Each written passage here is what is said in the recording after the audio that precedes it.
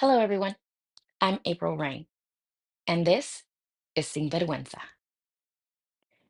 On today's episode, we're gonna kind of continue on the last one.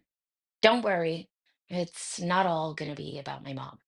No, this one, this one sheds a little light on a pivotal moment in my life. I did mention it in the last one, you know, the last episode where I kind of just ripped my mom in two. I did feel a little guilty for doing that, but then I realized that there's no way that I would ever get to sit down and talk to my mother about any of that. That's just that's just not ever going to be possible. It's taken a few years of therapy and a lot of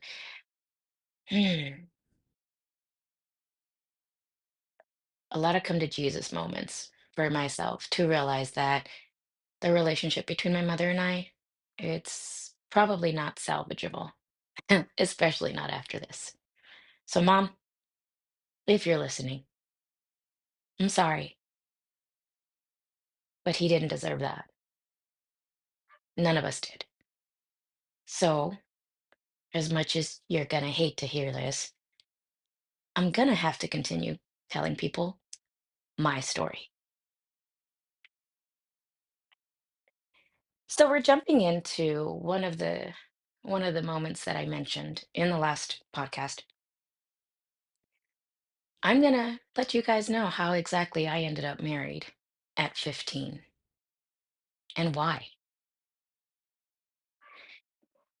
Look, I haven't had enough time to give you guys the full rundown on every single person in my family. But if you're coming from TikTok, you got the gist of it from the 10 slides. Yeah. My dad, as any typical Hispanic dad, I mean, he was just to be feared. He was just to be feared. Even though I knew the other side of my dad, the goofball and the fun dad, of course, like any child, he's gonna scare the crap out of us. His voice was intimidating, his demeanor was intimidating, and it's just that's the way it was. As you can assume, no, there was no way in hell my dad was letting me date. Now, to keep this story short, I'm not going to go over all the details, but my sister, being the oldest sister, had already kind of done me in when it came to getting permission for anything. She lied her way through any organization she was in, all the way up to high school. And my dad kept catching her skipping and at hotels with older men. Yes, yes, I saw that one myself. That was kind of crazy. But because of that, my dad decided to kind of um not give me such a long leash as the next one in line to be able to, get into all these extracurriculars in school. So he hardly let me do anything. My freshman year, I had to fight my way onto the marching band because I couldn't go to summer band. I wasn't gonna have anybody drop me off, pick me up because they just didn't give a shit. They didn't care. They didn't care that I was good. They didn't care, and I was actually pretty talented. I played the French horn. And I was great. But I didn't have a support system, and it kind of made me resent my parents, and it made me resent my sister. And the fact that she couldn't keep her legs closed so long as to actually do what she said she was going to be doing, and it causing my dad to be super extra strict with me. I hated her for that. I hated her so much for that, you know, to the point where I would have to lie about events and games and whatnot just so I could be able to go. I would skip or miss the bus on purpose and stay for the event and then deal with the consequences later.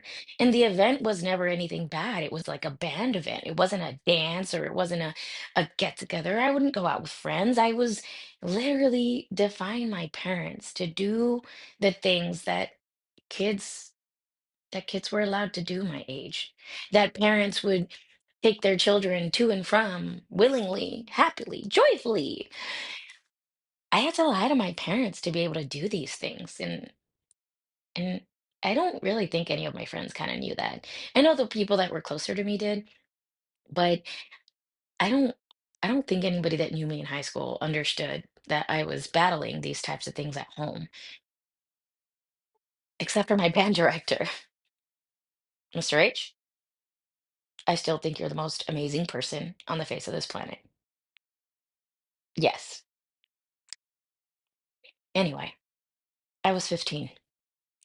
I was in my prime in high school and, very excited about all the opportunities that were being handed to me, all the competitions I was winning, all the things. I was in mariachi, I was finally using my talents. I was I was being seen. Like any 15-year-old in high school, yeah, there was a boy. Not gonna touch base too much on him. He was the person I ended up marrying, and I'm very sorry. I want to apologize to him right now. I haven't seen him in over 20 years or heard of him, and I hope he's doing great. But I do want to apologize because I kind of did what I needed to do. I was 15 years old, and I was dating someone 2 grades above me, technically 2 years older than me. Um, he wanted to do the right thing. He wanted to start dating me and start taking me out and, movie dates and whatnot. But I was 15 and he was 17. And my dad, yeah, no, that was not going to be allowed. So he did what any desperate boy would do. And he asked my dad for permission to date me. Was the first boy to do that. So I was like, oh, cool. Like, awesome. Obviously, I thought it was great. But he was kind of mean. He was kind of mean to me. And now that I realize it, I guess I thought that was normal. I mean, I saw the way my dad treated my mom their whole life. So didn't think anything of it. We dated for almost a year. And like any relationship, any young relationship that moves forward in certain steps, there was something expected of me as his girlfriend, which after some time, I finally obliged and finally agreed to, yeah, to lose my virginity to him. I thought I was ready. Long story short, the mere 5 minutes in the back of his Lumina in the band hall parking lot ended with me pushing him away and not wanting anything to do with him after that. And I don't mean as a boyfriend, I meant physically. I'd already been through so much. I didn't know what my body was needing, but I was scared. And it was scary. It wasn't anything that I thought it would be. So I stopped. I don't even think I fully lost my virginity. It was that scary. And as any typical high school boy would do, very next day he dumped me. Yeah, he didn't get what he wanted. And sure enough, he was done with me. Within a week, he was dating some senior girl. And within the next week, they were going to homecoming together, homecoming dance, something I wasn't allowed to do. I never went to a school dance. I never attended homecoming, and I've never been to prom. I I didn't go to prom. That's crazy. But that night, I decided to cry myself stupid. I cried. No matter how much I thought that I lucked out because of what he did, I still cried. I cried all the way home, all the way home. If it wasn't for a really good friend of mine reminding me the whole drive home to calm down, that everything was going to be okay and that I was better off. And if it wasn't for him, I don't think I probably would have been able to keep myself composed as much. So if you're listening too, thank you. You have no idea what you did for me that night. I got home that night and everybody's asleep. My dad's actually in Houston and he's working on a work trip. My mom is home alone with us. Now I get to my room, I throw my face into a pillow and I cannot stop sobbing. I feel this ugly pain in my chest and I just, for some reason, wanted to talk to my mom about it. Now, she didn't know we had broken up. I stupidly hadn't said anything, and I guess I had thought that we were gonna reconcile. Stupid. But like any broken-hearted girl, I guess the only person you want at that point is your mom. So I went to go see my mom, who was sleeping downstairs in my brother's room that day. And I start to talk to her. And there's something about when I speak to my mom, I'm not gonna say I've never lied. I've lied before. I'm not big on lying, and it's never with a bad intention. It's always a good intention type lie. Still, when I look at my mom in her eyes, there's no way I'm going to be able to get through with a lie. I don't know why. I don't know why. Maybe because she's my mother and I could never do that to her. I would always want her to know the truth, even if she hated me for it. That's just who I was. So as I sit there with my mom, telling her and admitting to her that I had broken up with him, or that he had broken up with me, and that we hadn't been together for a couple weeks, instead of consoling me, the first thing out of her mouth is, "Did you do anything with him?" Oh, that pissed me off, but again, I couldn't lie. She picked my head up, made me look at her in the eyes, and asked again, "Did you do anything?" I dropped my head and started sobbing and said, "Yes." And like as if we had pressed a button or something, my older sister kicks that door down, chimes in, and says, "I knew you were a whore. I'm gonna call dad. He's gonna kill you. He's gonna beat your ass. You're getting pulled out of school. You're a slut." I'm freaking out at this point because everything that she had just blurted out is 100% possible from my father. 100%. I freaked out. The worst part about what she said is that she was 17 years old and 3 months pregnant, but I was the slut. So we kind of knew where that was coming from. I didn't get too offended, but I was scared. I spent the next month hiding out at my aunt's house. And before I had left the house that night, my mother had called my ex-boyfriend to threaten him with statutory rape. So, as you can assume, the next thing out of his mouth was, "I'll marry her." Ugh, my blood boiled, my heart sank into my stomach. But I said yes. I said yes so fast because all I could think of was, oh my God, the amount of competitions I can go to. Oh my gosh, the amount of events I can go to if I'm married to him. He goes to all of them too. He's in band too. We can do this. Oh my gosh, I can finally do everything I want to do. So we spent the next month with me pulled out of school, mind you, getting backed up as usual, planning a wedding for a 15-year-old girl who had just had her quinceañera. Within 5 weeks, I was being walked down the aisle at the local VFW. It was a small ceremony, nice little party, and all our band friends were there. It was weird. It was like a second quinceañera. But my mother continued to tell everyone that I got married because I didn't want to do the dishes and because I hated cleaning. Let me just make this very, very, very clear.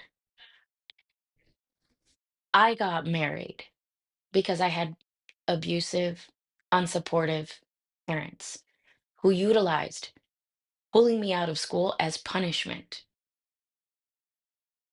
who literally stripped me of every opportunity I had to be successful in any kind of way in the future.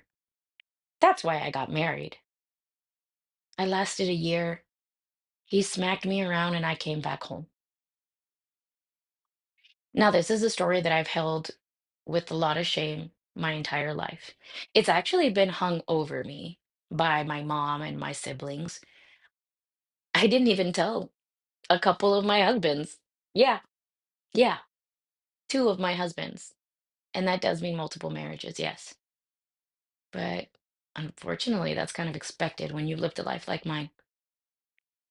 Even more so when you've had the guidance for it from someone like I had. I didn't want this to continue for the rest of my life, and I didn't want my kids to ever think that anything like that should be shameful. Because once I told my children the story and reason behind it all, they couldn't even look at their grandma. They couldn't understand why she would allow for me to be treated that way, why she wouldn't stand up for me, why she wouldn't put her foot down in any kind of way over anything, why she wouldn't be more motherly. She was a stay-at-home wife. She had nothing better to do than to be a mother.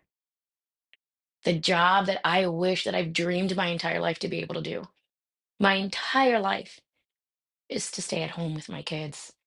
I couldn't imagine having that ability and not overperforming as a mom. My kids would only hate me because I smother. That's that's literally it.